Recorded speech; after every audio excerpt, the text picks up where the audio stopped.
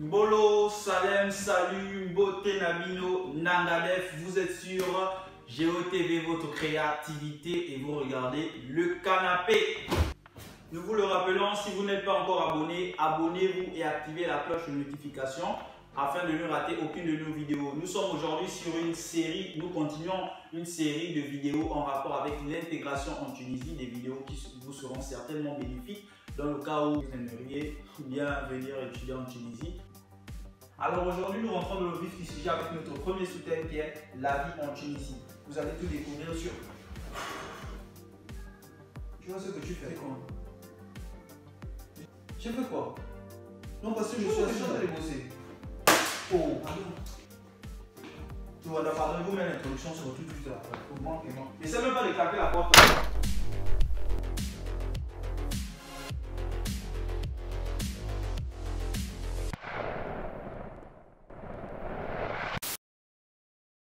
Et avant de commencer, avant de dire quoi que ce soit, j'aimerais faire un coucou spécial à nos meilleurs abonnés, bon, nos abonnés qui sont là tout le temps. Ah, vraiment, vous êtes les meilleurs, les gars, vous êtes les meilleurs. Et surtout à ces personnes-là qui commentent toujours les premiers, qui ont toujours les premiers commentaires sur nos publications. Je nommé Monsieur Marc Durel Kombila du côté du Maroc, Monsieur Wester Mombo, Monsieur Gaël Mythique, le mannequin pour télé. Alors on va commencer par la première étape, celle du voyage. Donc voyager en Tunisie. Pour venir en Tunisie, surtout pour les Gabonais, c'est quelque chose d'assez simple. Il vous suffit juste de payer votre billet et d'avoir une raison justificative de venir ici. Peut-être un papier qui justifie la raison pour laquelle vous êtes ici. Ça peut être le papier de l'école, une préinscription ou une inscription même pour une école privée ou publique, je ne sais pas ici. Et ça peut être également un contrat de bail qui justifie que vous avez un parent, un ami, peu importe, qui est prêt à vous recevoir, peut-être pour passer des vacances. Donc ça, c'est en ce qui concerne les Gabonais. Mais pour les Camerounais, par exemple, bon, pour d'autres nationalités, je suppose, d'autres, c'est pas toujours le cas parce qu'il faut avoir un visa, il faut payer le visa. Et je pense pas, je connais pas trop combien ça coûte, mais je vais me renseigner peut-être prochainement. Je viendrai ici avec un Camerounais, un Sénégalais, puis on va discuter sur le canapé. Ils vont partager leur expérience afin que vous soyez encore plus édifiés, afin que vous ayez plus d'informations avant de vous lancer ici dans les études en Tunisie. Maintenant, une fois que vous avez payé votre billet, vous arrivez ici. Maintenant, en ce qui concerne les modalités sur place, pour les Gabonais, par exemple, pour les Gabonais, vous avez jusqu'à, lorsque vous arrivez dans la période, disons que vous arrivez dans la période de septembre, vous avez, je pense, quelques mois, jusqu'en fin octobre ou sinon en début janvier, quelque chose comme ça, pour vous acquitter de vos frais pour la carte de séjour. Maintenant, on demande la carte de séjour et la carte consulaire. Il y a un consulat pour les Gabonais à Tunis, un consulat à Tunis. Il y a également pour d'autres nationalités, je pense, pour d'autres pays, je pense qu'ils ont également des consulats ici en Tunisie. Donc, on demande maintenant pour faire la carte de séjour. Pour faire la carte de séjour, il faut la carte consulaire, il faut payer une quittance de 75 DT, sinon ça fait 15 000 francs CFA environ pour payer la quittance. Et il y a également quoi pour la carte de séjour, on va vous demander quelques petits papiers tels que les papiers de l'école si vous êtes étudiant, quelques papiers de l'école, quelques papiers également, on va vous demander votre passeport. Donc. Autre chose, des trucs que vous devez absolument savoir, ne venez pas avec d'autres monnaies, ne venez pas avec le franc CFA ici, ne venez pas avec je ne sais pas quelle autre monnaie parce que vous ne pourrez même pas le changer sur place. Ici, on ne change que l'euro, que le dollar. Bon, je pense que juste l'euro, le dollar et quelques grandes monnaies de référence. Donc, ne venez pas avec le franc CFA. Je le dis parce qu'il y a certains qui ont déjà fait l'erreur de venir ici avec le franc CFA. Ils sont venus avec peut-être 200 000 francs CFA et lorsqu'ils arrivent ici, ils sont dans l'incapacité de le changer.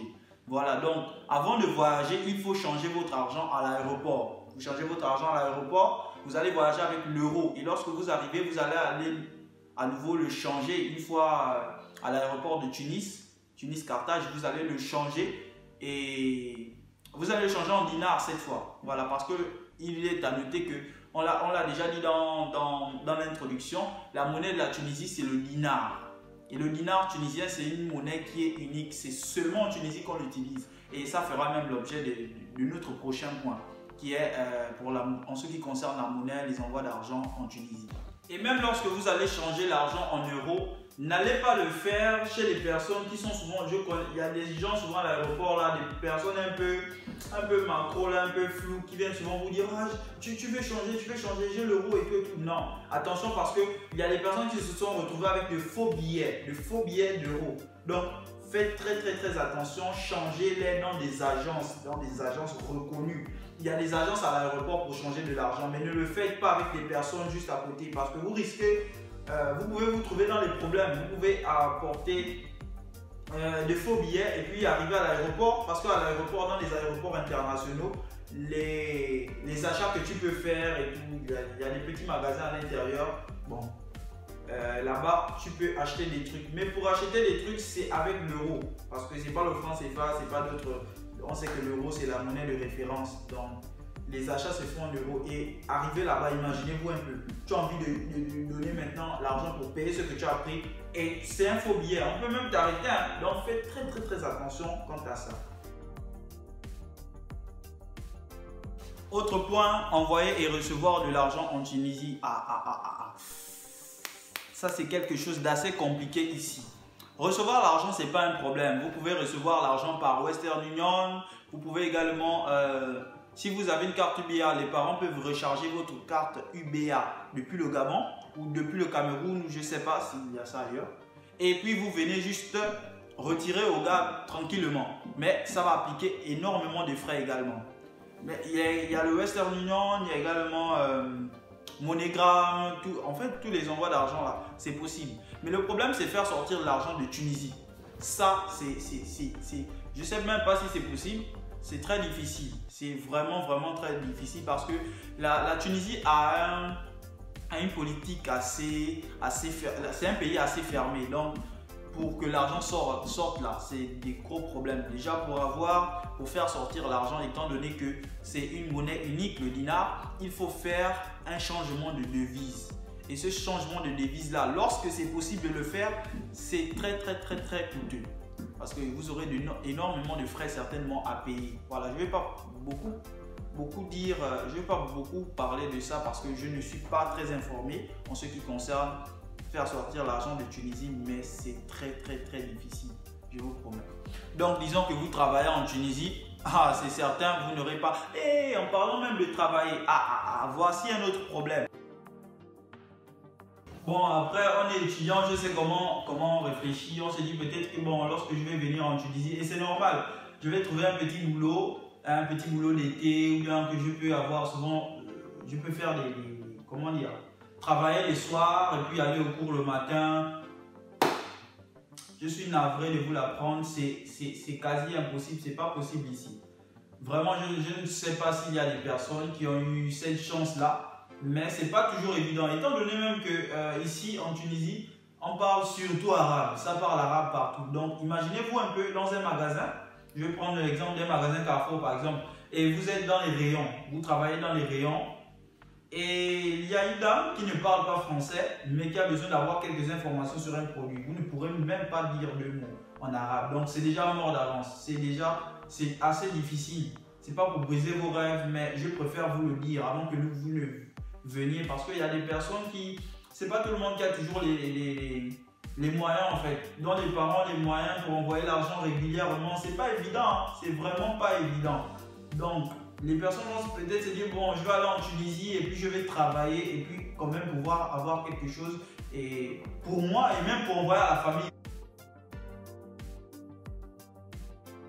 Bon, depuis là on ne fait qu'évoquer quelques mauvais points. On a évoqué le fait que bon, on n'arrive pas à travailler ici.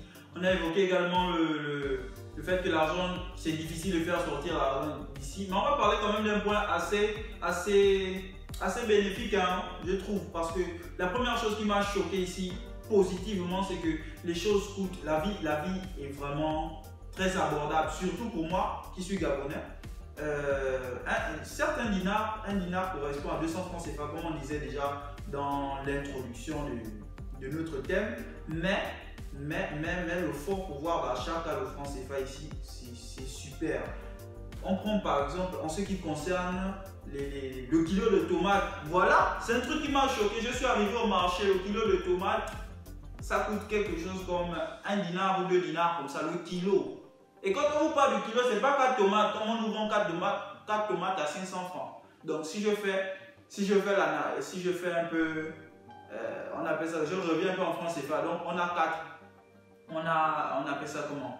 4 tomates à 500 francs CFA et on a peut-être 8 tomates à 200 francs CFA ou à 400 francs CFA, à 200 francs CFA. C'est choquant. C'est-à-dire vraiment, c'est l'une des choses qui m'a vraiment frappé, très positivement. C'est pareil aussi pour les maisons. Ici, les maisons ne coûtent pas vraiment cher. Bon, mais après, ça dépend aussi de la ville que vous choisissez. Hein. Parce qu'ici à Sfax, moi je suis à Sfax, c'est la capitale économique de la Tunisie. À Sfax, c'est pas très cher, la vie n'est pas très chère. Mais à Tunis, par contre, c'est quand même comparable parce que l'appartement dans lequel je vis là, j'aurais loué ça certainement à Tunis à 1000 dinars. 1000 dinars, sinon 1200 dinars, environ 240 000 francs. Mais ici, je le loue à 490 dinars, c'est environ 500 dinars, environ 100 000 francs CFA. Alors que là-bas, ça m'aurait coûté 200 000 francs. Donc, même lorsque vous venez étudier ici, choisissez bien votre ville. Certaines villes touristiques, dans certaines villes touristiques, le taxi, ça coûte cher, le transport. Des fois, ça coûte assez cher. Comment dire? Le transport, le logement également, ça coûte un peu plus cher.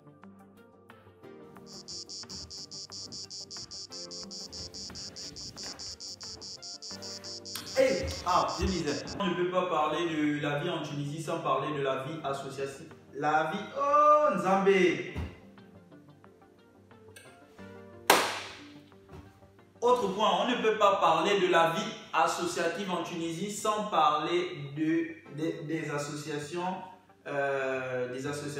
subsahariennes en Tunisie. Il y en a plein. Il y a l'association des étudiants et stagiaires africains en Tunisie, la grande, l'AESAT, qui réunit des petites associations, donc des associations filles pour chaque pays. Chaque pays a son association ici, mais il y a une grande association qui nous coordonne, on l'appelle l'AESAT.